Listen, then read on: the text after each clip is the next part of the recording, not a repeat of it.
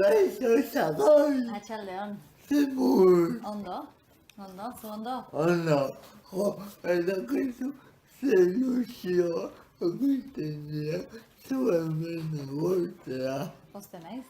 Jo, Sagai, esan dezakegu zehara berritxo inguruko eta euskara inguruko pertsona bat nun ibilera hezkuntzarekiko zuzendari bezala, edo nola definituko zenuke zure burua? Bueno, uste nahiko ondo laburbildu dezula. Zuzendari hizkuntza kontutan, ez zuzentzaile, ibilizta itzultzaile. Eta bai, eta bertso mundun ere banabil. Momentu honetan Gipuzkoako bertsozale elkarteko lehendakari naiz.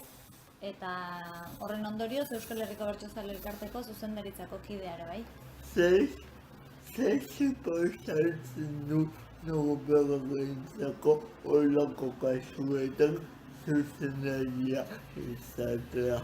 Bueno, ez dakit, bertsozale elkarteen azkenen talde egiten ditugu gauzak, eta, bueno, bai nire izena azaltzen da horriku askotan, baina atzean lantalde handi bat dago, eta orduan, bueno, hoxe, kargu bat da, baina lanerako jende asko daukagu inguruan. Bueno, nekataka bat, binen duzu, suposatzen da igual egin duzute, baina zer da euskara zuretzat? Bueno, euskara da, nire hizkuntza. Nik jaiotzatik lehendabizi ikasi nuen hizkuntza, eta, bueno, gero lanbidean ere, bide horri eta hizkuntza ikasketetan ere euskal filologia ikasi nuen, eta gero nire bizitza profesional osoa ere euskarari lotuta joan da, Elhuyarren ari naiz lanean, itzulpenak egiten ditut euskarara edo euskarazko testuak zuzendu, eta bertsolaritza ere euskarari gabe, ez litzateke bertsolaritza, beste zerbait agian bai, baina bertsolaritza ez. Nolako da itzultzailearen lana? Bueno, niretzat oso polita. Batzuetan komplikatua, eta beste batzuetan errazagoa, baina, bueno, ez dakit, nik aukeratutakoa da, beraz, ez dut esango, zertxarrik. Liburuak itzuli dituzu? Itzuli ditut, bai, Elhuyarren itzultzen ditugu liburuak ere, batzuetan dira testu solteak eta beste batzuetan liburu osoak. Asko itzultzen ditugu EHUrentzat, zientziarekin lotutako liburuak, eta Elhuyarrek berak argitaratutakoak ere bai batzuk. Zer ezberdintasuna ikusiko zenuke testu liburu bat itzuli edo eleberri bat itzuli? Eleberririk ez dut sekula itzuli, baina nik uste dut, behar bada sorkuntza lana beste erabatekoa dela eleberri baten kasuan. Ez dakit probatu egin beharko nuke, baina momentu honetan zail xamarra iruditzen zait. Behar bada trebatu gabe nagoelako horretan. Gaitxi pogoita taldean egotzea euskara aholkulari bezala okrezkoa. Bai. Zein zan zuen lana zehazki? Bueno, duela urte batzuk pasatzen zizkidaten gidoiak, abestien letrak eta ia dena gainbegiratzeko. Orain pixkanaka autonomo bihurtu dira eta zalantzak dauzkatenean deitzen didate, edo testuren bat gainbegiratzea nahi dutenean ere deitzen didate eta bidaltzen didate, baina ja ez da lehen bezala hitzez dena begiratu beharrik. Eta umentzako egezagoa izango da zuzentzea helduentzako gauza bat baino, Bueno, egokitu egin behar da testua umen hizkuntzara, eta orduan, batzuetan horrek ere buru hausteak sortzen ditu, baina normalean esaldiak laburrak dira eta nahiko sinpleak eta alde horretatik errazago. Zientzia liburu bat baino errazago behin niretzat, letretakoa naiz da. Iztetiko utzera saioan ikusten dugu aurkezle bezala ze saio polita gainera iztetiko utzera zergatik aurkezle. Egia esan ez ustean etorri zen hori.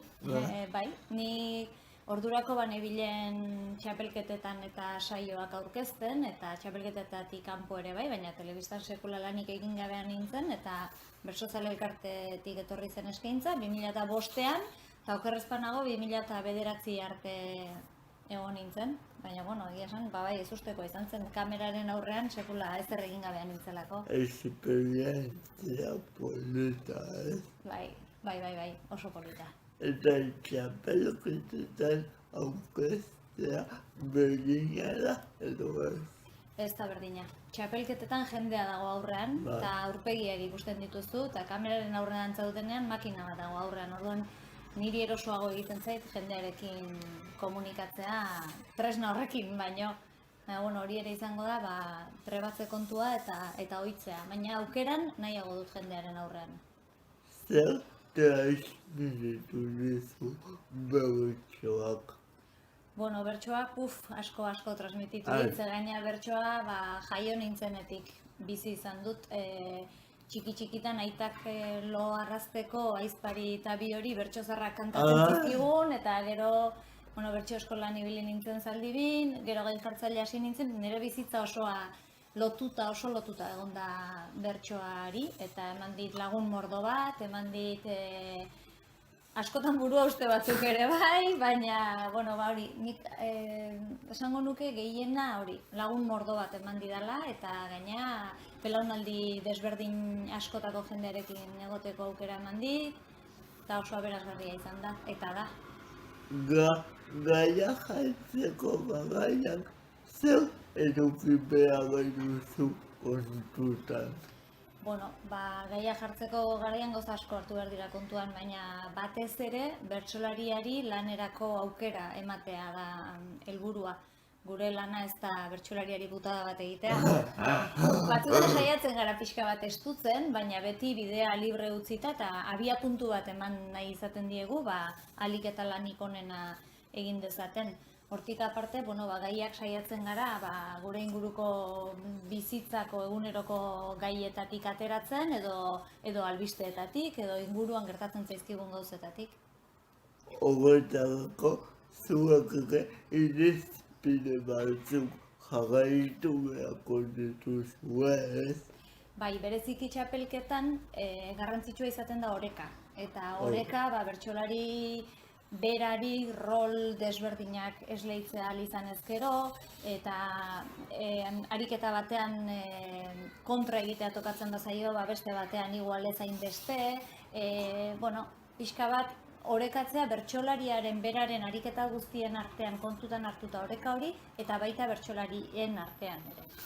Esan dugu euskara hezkuntza bat dela bertsolaritza ere?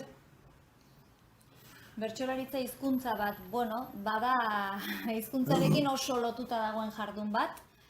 Bertsolaritza ez dakit hizkuntza bat den, baina bada hizkuntza baliatzeko eta hizkuntza erabiltzeko modu bat, oso polita izan litekeena. Eta gainera laguntzen duena zirkulu bada, hizkuntzari gabe ez dago bertsolaritzarik.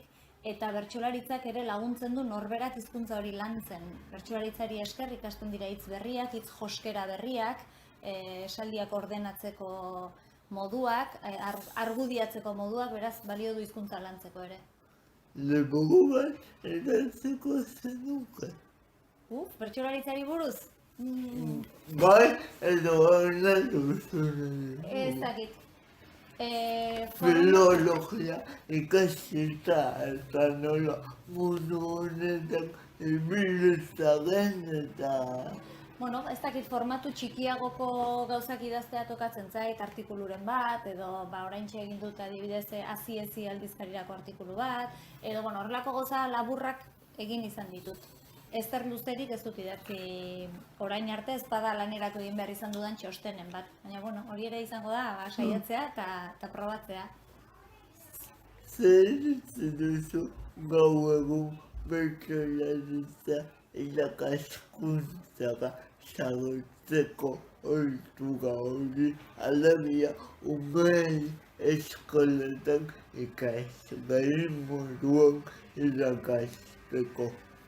Iruditzen zait oso ideia ona dela, ze aukera ematen die ume guztiei bertsolaritza zer den oinarri bat behintzat jasotzeko, ez dute denek aukera etxetik hori jasotzeko, eta hola denek jakingo dute behintzat oinarri bat izango dute denek, eta gero gustatzen zaionak jarraitzeko aukera izango du bide horretan. Bertsolaritzak ematen die aukera, bertsolaritza bera ezagutzeko, hortik aparte, euskal kulturan sartzeko bide bat ere bada, eta hizkuntza lantzeko ere bai, eta jendaurrekotasuna, eta komunikatzeko gaitasuna ere bai. Bueno, nik uste aukera asko ematen dizkiela. Hortaz, bertsolare komunikatzeko bide bat izan liteke, ez?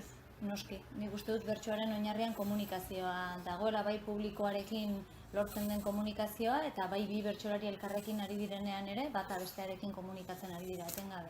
Bueno, Zabal, mira, esker etorria gaitu. Ez horregatik. Mira, leko diago mucho, Bai. Agur!